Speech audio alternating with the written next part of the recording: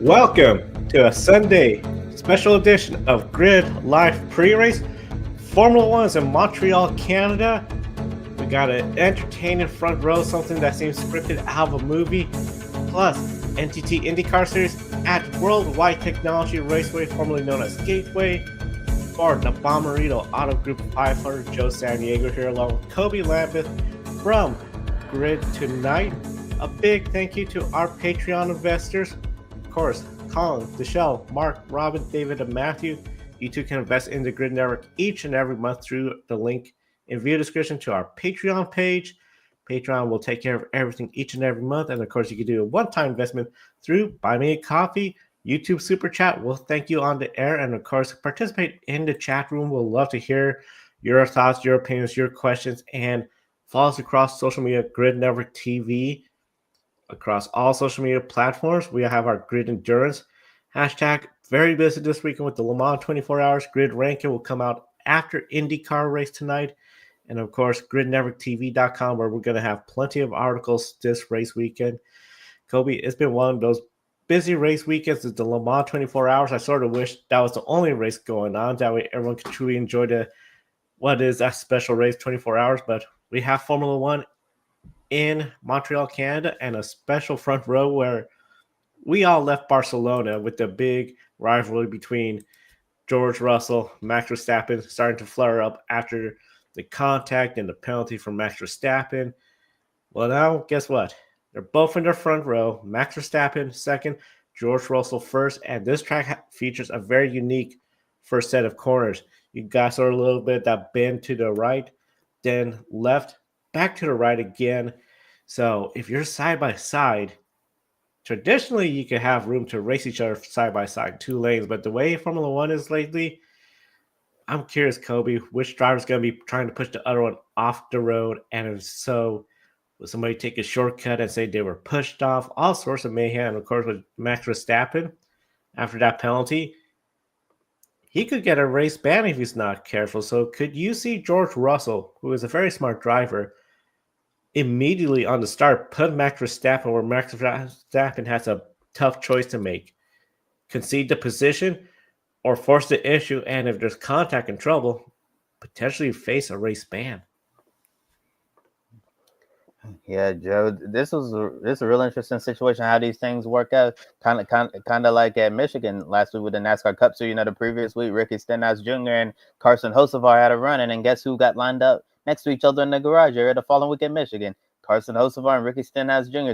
Whenever, regardless of what series, whenever drivers have an incident like the previous race weekend, we always end up seeing them side by side, and and surely enough, after George Russell and Max Verstappen had their issues in Barcelona, guess who's starting side by side? George Russell and Max Verstappen in Canada. I think it's going to be a real interesting start. And I thought it was very interesting, that the two shook hands yesterday. I got to give them credit for good sportsmanship there because, those two drivers, obviously don't like each other at all. And, Max Verstappen, it seemed like he's starting to feel some of the heat, about the potential one race ban looming if he cannot make it through the month of June. On scale, he was real frustrated yesterday after qualifying. No, Luke Smith from The Athletic posted the quotes from Max Verstappen when he got testy with the reporter when they were asking him about, a potential one race ban and all his penalty points. Max said, I quote, "I don't need to hear it again. It's really pissing me off. You speaking about it on Thursday is such a waste of time. It's childish. It's really annoying." So, Max is getting really frustrated about this situation. I think this could go one or two ways for Max Verstappen. He's either going to let his frustration get over, do something stupid and get that one race ban, or he's just going to be so angry and frustrated enough where it's just going to motivate him to go out there and win this race today. And it's going to be interesting to see which version of Max Verstappen is going to show up today. The one who loses his cool like we saw in Barcelona, or the one who's just going to use all of the outside noise, motivate him to go out there, get by George Russell and win the Canadian Grand Prix. But yeah, this start is going to be very intriguing to see what's going to happen. Are we going to make it through the first set of corners clean? Is someone going to get pushed off? And then we're going to be talking about a big controversy later today on the Grid Live wrap-up show. But I'm not really sure what's going to happen at the start of this, Joe. But I'm sure everybody's going to be tuned in at the start of the Canadian Grand Prix with their popcorn, waiting to see if Russell and Verstappen are going to collide. Yeah, I'm so interested to see how the start's going to all come together because you got George Russell, of course. He'll have a little bit of advantage. So if he has a good, clean start, better than Verstappen, he has it made with those first few corners. But if Max Verstappen has a better start, oh my goodness, you're going to have those two potentially side by side. Will George Russell give space? Will Max Verstappen force the issue if George Russell tries to cut him off? This is just one of those deals where for these two drivers, I think it was great to see them shake hands yesterday. Of course, qualifying is one thing, the heat of the moment when you're in a race. And this could be a big one where George Russell would love to bring a win to Mercedes. Just get them on the winning top seven at the podium, get their season ball rolling. I don't think he's going to concede easily. Of course, Max Verstappen doesn't, and it'll be really interesting to see how cool Max Verstappen could get. Because, especially as you said, from the reporters, and Max Verstappen is clearly frustrated of hearing the same thing over and over and over. The pressure might get to him, just like it did at Barcelona, and that would be disastrous for Red Bull, and of course, disastrous for Red Bull season. Which Max Verstappen, I was surprised to see DraftKings has him as the favorite to win this morning. But I mean, he knows how to get the job done. It's just a matter of just trying to not put himself in a situation where he could get himself in trouble because that race could be won or lost on the initial start and a big opportunity for the second row, in fact. Because on the second row, you have Oscar Piastri, the championship leader in the points, and Kimi Antonelli, the rookie, in fourth. The third row, I was fascinated when this all shaped up on the third row. You have essentially Lewis Hamilton, Fernando Alonso, two statesmen, veterans of the series. And behind them, you find Lando Norris, Charles Leclerc. So, goodness, Kobe, if we have trouble in that front row, contact or something, all of those drivers will love to try to inherit the lead, sneak around, position themselves for a win. But I think, especially when it comes to Lando Norris and you look at Charles Leclerc, they got two very experienced drivers that are not going to give up any position easily. So, would Hamilton and Alonso in particular be able to keep up with the positions they qualify with a Piastri, maybe Kimi Antonelli, and keep Charles Leclerc, Lando Norris behind him? Well, I honestly think it's going to be a bit hard for Lewis Hamilton and Fernando Alonso to keep Lando Norris and Charles Leclerc behind them. As we know, the start of the season, been kind of frustrating for Lewis Hamilton. He's not getting along, at Ferrari as quickly as we thought. It's been going really slow, and then, seem to be really struggling with the handle of the car. Just the chemistry with him and this new team is just not there. I know him and his engineer have gotten into it multiple times on the radio, so far this season. So it looks like the marriage between Hamilton and Ferrari, is not going as smoothly as we expected, but we can definitely say the honeymoon period is over between those two. And based on what we've seen so far in the previous races, I would think that Lewis may lose a few positions throughout this race, but who knows? Maybe he will stand his ground and finish ahead of his teammate Charles Leclerc in this race. Fernando Alonso, I thought that was a great qualifying effort for him. The Aston Martin's been a down year for this organization, and for him to qualify, so I did think that's really good for him. And if he's able to maintain that spot or at least finish in the points, I think that would be a huge win for the Aston Martin racing team. But if I had to bet on it, I would think that we could see Lando Norris and Charles Leclerc getting by both Lewis Hamilton and Fernando Alonso. Kimi Antonelli, also great to see him starting up there in fourth place as well. Since he had such a strong start to the season, Kimi's kind of cooled off the last few races, and showing that, in fact, while he is, one of the greatest young prospects we've seen in a long time, probably since Max Verstappen. Kimi Antonelli is still a rookie in Formula One, and after that strong start, he's been showing the last few races he is indeed a rookie. Just coming up to grips with the world of Formula One. And if George Russell and Max Verstappen make contact at the front of the field, and end up crashing out or whatever, or falling down the running order, it was probably going to be an Oscar Piastri show. But who knows? Maybe Antonelli will surprise us, since the Mercedes is really strong around Circuit Gilles Villeneuve. We've seen first-time winners at this track at Circuit Gilles Villeneuve. Kimi Antonelli, I think, will be a big surprise, a big positive one. The most biggest surprise first-time winner at Canada I can recall is John Alesi back in, I believe, 1995 with Ferrari, and that was his only win. So overall, I would not be surprised if Kimi Antonelli could pull off the upset, but at the same time, just depending on what happens in that first lap, first corner, it just seems if you're in the right place, right time, you can inherit position, but you get bogged down because you're in the lane where if it is a Verstappen or Russell that slowed down more, you're going to lose spots. I think at the end of the day, Lewis Hamilton, Fernando Alonso, I just don't know they have to pace all race long to stay up there unless you have some of the front runners having trouble. And of course, if those front runners have trouble and Lando Norris has an opportunity to get around it, he will be in a good spot because this race, traditionally, weather has been unpredictable. Well, now weather forecast is showing no chance of rain at all. Going to be dry conditions, so this just puts everything back on the teams for strategy, tire management. What are we going to see? The overcut, the undercut. So for Lando Norris, it almost seems just straightforward. Just go out there, pick every position because you know you got a fast car, especially compared to Fernando Alonso, Lewis Hamilton. But do you think Lando Norris has a shot at the podium? Because I know he'll love to close points in on Oscar Piastri, but is a podium or a win reachable for Lando Norris today?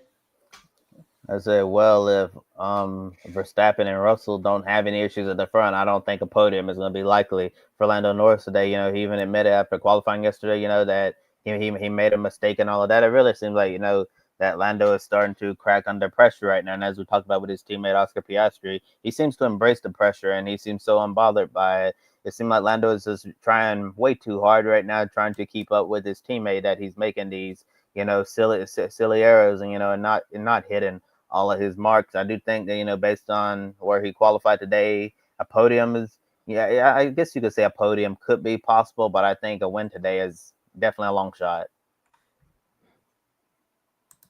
Yeah, I think it is going to be a bit of a long shot for Lando Norris. Just the fact that with Lando Norris, I think the pressure is starting to get to him a little bit. At the same time, I just feel like maybe Lando just sort of missing a little bit of that extra step to be 100% a championship caliber driver. Where Oscar Piastri, I mean, Oscar Piastri just seems to be so under control with this championship.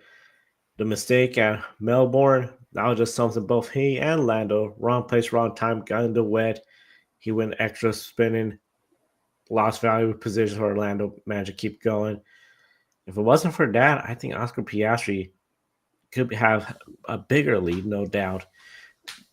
I am just really curious though because Oscar Piastri did touch the wall of champions yesterday, so it'll be really interesting to see if he could keep the car off the wall of champions today throughout the race. Now, of course, the midfield, plenty of battles.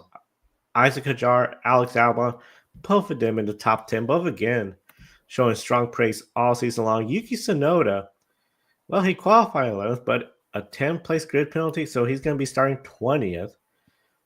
Franco Colapinto, Nico Hulkenberg, they're going to be now 11th and 12th.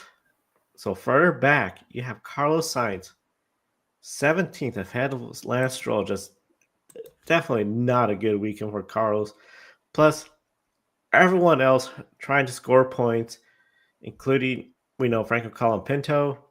He was brought in to get points, get results, and it has not been working out compared to Jack Doohan. Which drivers, Kobe, or do you see any drivers outside the top 10 on the grid finishing in the top 10? As I said, well, actually, Joe, I just want to correct some of the things that you just said. And actually, the lineup you have on the graphic is correct, but that was actually for Isaac Hadjar, who's in car 6. He received a three spot grid penalty for impeding another driver there. So actually got Franco Colapinto who's starting 10, Hulkenberg is in 11, and Isaac Hadjar is going to be starting 12. You know, and then all all of the others are going to be moving up as Yuki Tsunoda drops to the very back of the grid there. But to answer your question about any driver outside the top 10 finishing the points, I think it has to be Isaac Hadjar if I had to choose someone right now, because it seemed like that he's, you know, really come into his own in F1. And if he continues to race like this, you know, given the struggles of Yuki Tsunoda, why not? When we get to the summer break, Red Bull might decide, hey, Yuki's not going to cut it. We're going to send him back to Racing Bulls, and we're going to give Isaac Hadjar a shot in the second Red Bull. I have a feeling that car, you know, it has not seen its last change this year because Yuki Tsunoda, you know, is really struggling in that car. You know, Liam Lawson, you know, didn't really get a chance to show what he could do, and that car struggled so badly at the start. So they put Tsunoda in, and Tsunoda, honestly has not gotten much better. But you can't really compare the two now, since Tsunoda's had a larger sample size in the Red Bull. Then Liam Lawson only got a couple of Grand Prix under his belt. So been a struggle for those two. And then Isaac Hadjar, even went on the record, Bill, like saying he feel like he's not ready for a promotion to the Red Bull senior team. And I have a feeling, despite Isaac Hadjar, showing a lot of potential in the Racing Bulls car, if you put him in that second Red Bull seat, he probably struggled just as bad as you saw from Liam Lawson those couple of Grand Prix, or just as bad as Yuki Tsunoda struggled to try to come up with the grips with the Red Bull. So I think it would honestly be the same story, but just a different driver if you put Isaac Hadjar in that second Red Bull seat when the summer break come around or whenever. But looking now at Montreal, I think he probably stands the best chance of getting into the points. Yuki Tsunoda, given how hard it is for him to drive that Red Bull or anyone, it's hard to see him coming from 20th to finishing the points today. Yeah, Yuki Tsunoda, I don't think is going to be coming up towards the points. I just think he's starting to slide. That's very similar to what we saw with Sergio Perez last year. It was at this race, in fact, Perez started having a bit of his slide and then just kept going worse and worse downhill. Ajay Kazar going from he has a top 10 pace car. He knows that from qualifying. Now, of course, the penalty has definitely shaked up his starting position, but I think he could have potential to get up there. I think for Nico Hulkenberg, for him to get in the top 10, good clean race, maybe he needs a driver like Fernando Alonso, Lewis Hamilton to have issues, not fall in the top 10 and just instead fall out, getting positions that way. It's going to be very interesting to see how this race turns out. And of course, Formula One today, I believe about an hour or two away from the time of our show here. And of course, we'll be wrapping it up later today and wrapping it up with the Le Mans 24 Hours, which just wrapped up, Cup Series in Mexico City. But we will not have IndyCar. They're starting later tonight, 8 p.m. Eastern, 5 p.m. Pacific. NTT INDYCAR Series at Gateway. IndyCar on primetime television, Kobe. Network television, so big Fox, as a lot of folks would say. I'm really curious to see how the ratings are going to turn out, because on the pole, finally, after a series of not so great qualifying results, not so great finishes, you have Will Power at least Scott McLaughlin, and then you have all Chevrolets in that top 5. You got to go back to Marcus Ericsson, Felix Rosenqvist, and then you start more of the Hondas. Overall, though, when you look at that, and then you also look at what IndyCar DraftKings showed as of this morning, Joseph Newgarden is the favorite. Now, of course, Joseph Newgarden, super known for winning on the ovals. Were you surprised, Kobe, by Chevrolet's strong performance in qualifying? And is this an indicator that maybe Honda's in trouble? I said, well, so far leading up to this point of the season, I've been thinking Chevrolet's been the one in trouble, because we're this far into the season and Chevrolet still has not won a race in IndyCar Series this year. It's been all domination by Honda when it wasn't Alice Palou. It was Kyle Kirkwood under 2 street circuits in Long Beach and Detroit. But I think the qualifying performance last night by the Chevrolet drivers, definitely a confidence booster for the GM back drivers, because it shows they had the power to get around Gateway, and that they potentially have an edge in power to try to get this job done. And no surprising, to see the Team Penske drivers towards the front end. David Malukas in the Penske affiliated Ford car there, and also Pato Award as well. I think Chevrolet's probably going to be one of the favorites to win this race. And for the first time all season, seems like Honda's on the back foot. Maybe they'll be in trouble, throughout the race, but I think we just have to wait to see how tonight's race played out. It's going to be interesting to see what the on-track product is going to look like, because last night Joe's taking a few glimpses of, the night practice session, and, they were trying to simulate passing and all that. It seemed like passing looked difficult, but hopefully it won't be as difficult as it looked last night, but we'll just have to wait to see on that one. Yeah, it's going to be a matter of waiting and seeing how the passing is going to work out. Overall, this track, I think, especially once it's cooler and the tires are warmed up, plenty of grip. Passing can happen, especially you have a fast car. One of the drivers that stand out to me out of all the drivers in that top 5 group is David Malukas, 4th.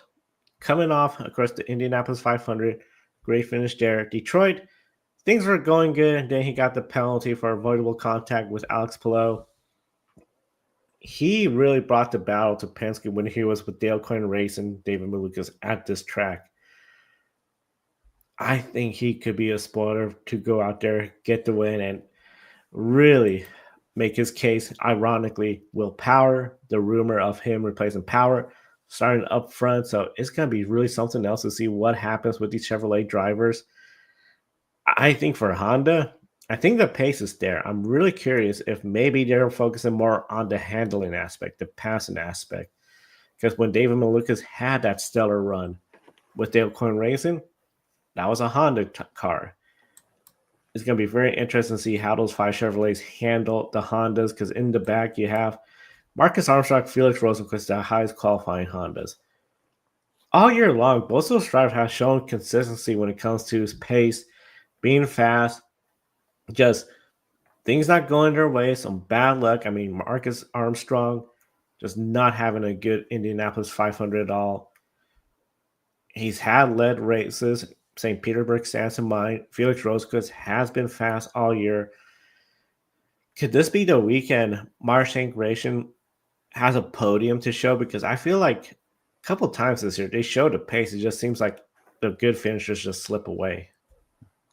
Well, given how strong the Chevrolets at the front have been, I would honestly be really surprised if Meyer Shank drive or finished on a podium. But I don't think a top 10 is out of the question, obviously, or even a top 5 finish. But I definitely think I have to give the edge to the Chevrolet. But you brought up a good point, Joe. Maybe Chevrolet, is mostly focused on qualifying speed, while Honda's focused on handling. And if Honda's focused more on handling, finding a better balance of the car, maybe they'll come to life under the lights, because there's gonna be a lot of difference, between the first practice session that they ran, in the daylight, and then what they were able to do under the lights, when they had that late practice yesterday evening, in the modified schedule, when rain interrupted the start of the 2-day show this weekend for IndyCar. But I'm really impressed with the speed Marcus Armstrong has shown. His performance on the oval so far, hasn't really gotten the results that he wanted. I think if he can put together a good race, get a solid result, that'll be great for his confidence. I think both cars, Armstrong and Rosenqvist, can definitely finish in the top 10, potentially top 5, but I'd be surprised if they ended up, getting as high as it's been on the podium. High finish on the podium. It would be, I think, a surprise, as you mentioned. I just do not see that. If they could get that top 5, that'd be great effort. Put them in the right direction, especially both of them are good on the road courses. They're just missing that one piece to make it all come together, and I think that'll be the best opportunity after this race weekend. Big thing, just do what you got to do on the track when it comes to hitting their marks. Clean pit stops, that's going to be very key, and I think they'll have a good day because they, I think, have the pace now behind them. Colton Herta, Alex Palou, and Kyle Kirkwood round out the top 10. Colton Herta, pole winner Detroit, things did not go his way. Missed out on a win to Kyle Kirkwood. And of course, Kyle Kirkwood going for his 3rd win of the year, 2 consecutive wins if he makes it happen. Keep the winner list down to just him and Alex Palou. And of course, Alex Palou, he got that oval win out of the way. He has a win on the biggest race of them all, the Indianapolis 500. Comes in here with a healthy points lead overall. Kobe, when it comes to compared to last year when we approached Gateway, Alex Palou leading the championship, Everett bringing up, could you do well? Can you win on the ovals? Can you put this championship away? Well, now all that's gone. He can win on the ovals. He showed that at Indianapolis Motor Speedway. Is Palou more of a threat this weekend to win compared to where he was last year? I'll be honest, Joe. I would in the same category at Meyer Shankers. I would be surprised if Alex Palou won this race tonight, because as I've already said, I feel like I'm a broken record. I think Chevrolet have the advantage right now, but anything can happen if you see someone stay on the racetrack, like during a pit cycle, and then there's a wreck, caution come out, completely change the complexion of this race and put the Hondas in the catbird seat to win this race. I definitely think Alex Palou is obviously more than capable of winning on an oval now. But this weekend, I think it's going to be a little bit. It's going to be a bit of a challenge for him. That's what I was trying to say. For Alex Palou to try to get out there and win at Gateway. A win at Gateway, I think, will be really great for Alex Palou, but I just do not see that happen. I think this is going to be the weekend for especially Joseph Newgarden to shine, Pato Award. I think we're going to have our third different winner of the year here at Gateway. For Palou, the championship is still the big goal. I think he's in cruise control for that, so I don't see him doing anything out of the ordinary to try to pick up extra positions that he really does not need. I mean, a 90-point lead he has over Paddle Ward, that's going to survive tonight. I mean, even if he crashes out early in the race, he's still looking at a good points day, regardless of where he is in the top 10. And that's where I'm confident he's going to finish. Now, this race is going to be on prime time, as we mentioned, Sunday night. And it's going to be away from a crowded race morning. Of course, we just had Le Mans finish about an hour or so ago. We got Formula One coming up shortly, then NASCAR coming up. Then we have a little bit of a break, and that's when we'll be on the air for Grid Life Wrap Up to wrap up the 3 races that concluded today. And then just after we wrap up, we're going to be watching IndyCar over on Big Fox, Bommarito Auto Group 500. So the TV landscape for motorsports fans, all eyes could be on IndyCar, on Fox. I'm really curious how the ratings will turn out. We know some major sporting events, especially like the Super Bowl, they're Sunday evening. People tune in, they don't miss it. Could a rating swing, especially a higher rating swing where we've seen higher ratings, suggest potentially IndyCar looking at more races in prime time, especially when IndyCar is on the West Coast for a Laguna Seca or Portland? Yeah, it was a real interesting announcement when they brought this up.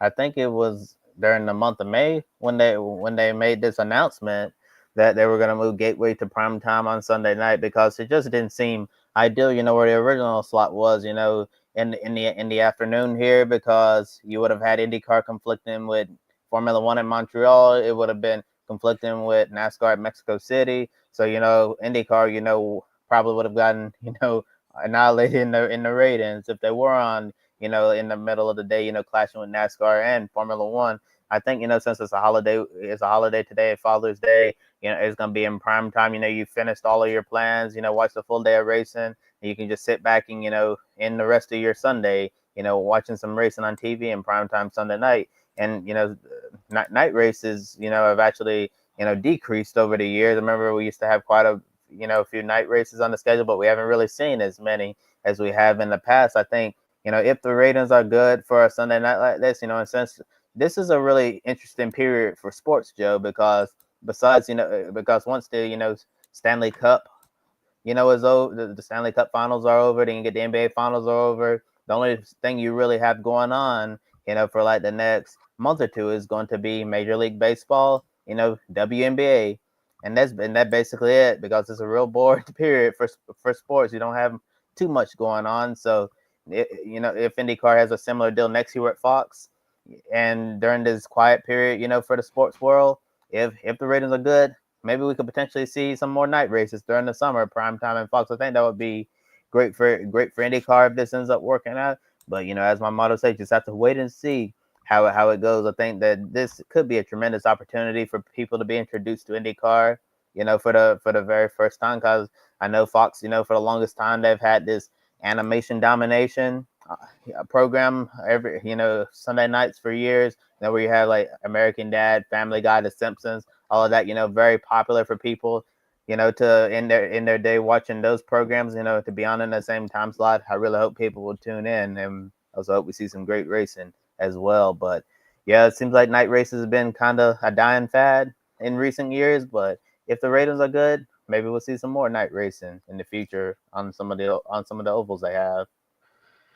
Yeah, especially some of these ovals, I feel like if you could put it on prime time, why not?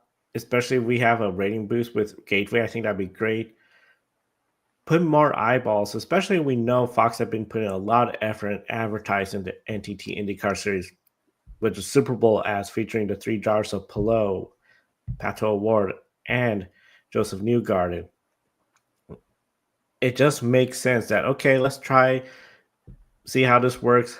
Prime time, if we have a huge rating boost, oh man, this is really good. This could allow us, especially since we have two West Coast races. You got Laguna Seca, you got Portland. I mean, I don't know how real that is because in this case tonight the races start at 8 p.m. Eastern, 5 p.m. Pacific. Just a thought that you're starting an IndyCar race on the West Coast around 5 p.m. might be a bit too late, but maybe that opens the opportunity instead for a 4 p.m. window, which will be, of course, 7 p.m. Eastern. A little bit of a later time than the race. Once it's done, can have a little bit of that twilight effect for the folks in the East Coast. Head to sleep, get ready for Monday, and hopefully celebrate that their favorite driver won one of those races. And of course, I don't believe anybody got the Le Mans 24 Hours race winner. So here is the pick a winner standings, the pick a winner leaderboard for everyone. Encourage everyone to comment in the chat room who you think is going to win the Formula One, Canadian Grand Prix, and IndyCar Bommarito Auto Group 500 at Worldwide Technology Raceway Gateway. Of course, there's 2 pages. John Bender rounded out the field. So plenty of spaces for everyone to participate. Get your name on the leaderboard. And we do this all year long. So we still have over 100 races left this year to do.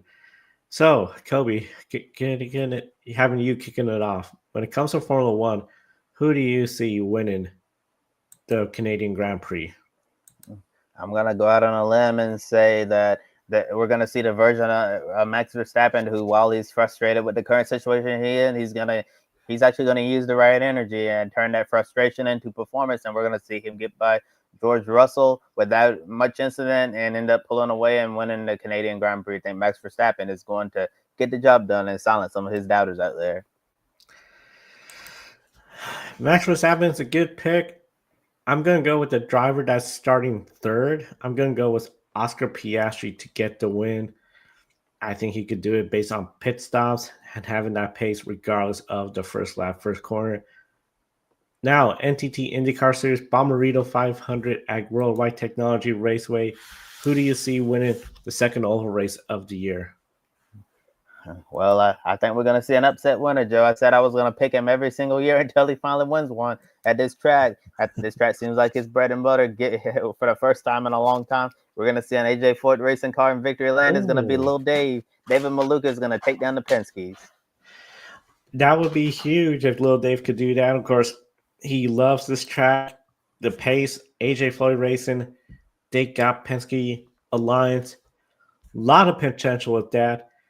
This one, I'm going to go with a driver that I think he feels like he needs to show he still got it redemption after a disastrous Indianapolis 500 where he didn't even take the green flag. Scott McLaughlin, I think he could go out there, get the win, and start his effort to just show everyone, hey, I haven't lost anything. I'm still going to come out here and go for the win. In the chat room, Adam's going with George Russell, Scott McLaughlin, and SVG for Mexico City. Encourage everyone, be sure to share your picks so you get your name on the leaderboard for Pick a Winner. And of course, with this day of racing, the unique schedule, once again, a programming reminder. After NASCAR, about an hour or so, looking at 7 p.m. Eastern, we'll be on the air. Follow us across social media at Grid Network TV throughout social media for updates as we get closer, depending on what happens with the race over in Mexico City. On wrap-up, we'll wrap up coverage of Le Mans, Formula One, NASCAR, but IndyCar, since they're starting late and they're going to go quite a while late, it's going to be on Grid Encore tomorrow, Motorsport Monday, with Brandon and Ben. They're going to recap IndyCar as well as Indy next and the NASCAR Xfinity Series race.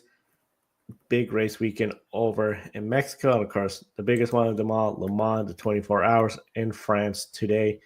Big thank you to Call the Show, Mark, Rob, David, and Magic for investing in us each and every month. Help us stay on the air, pay the bills, and of course, subscribe, hit the bell icon so you don't miss any of our programs throughout the racing year. For Kobe, I'm Joe. Thank you for watching today's pro. We'll see you next time and enjoy the races.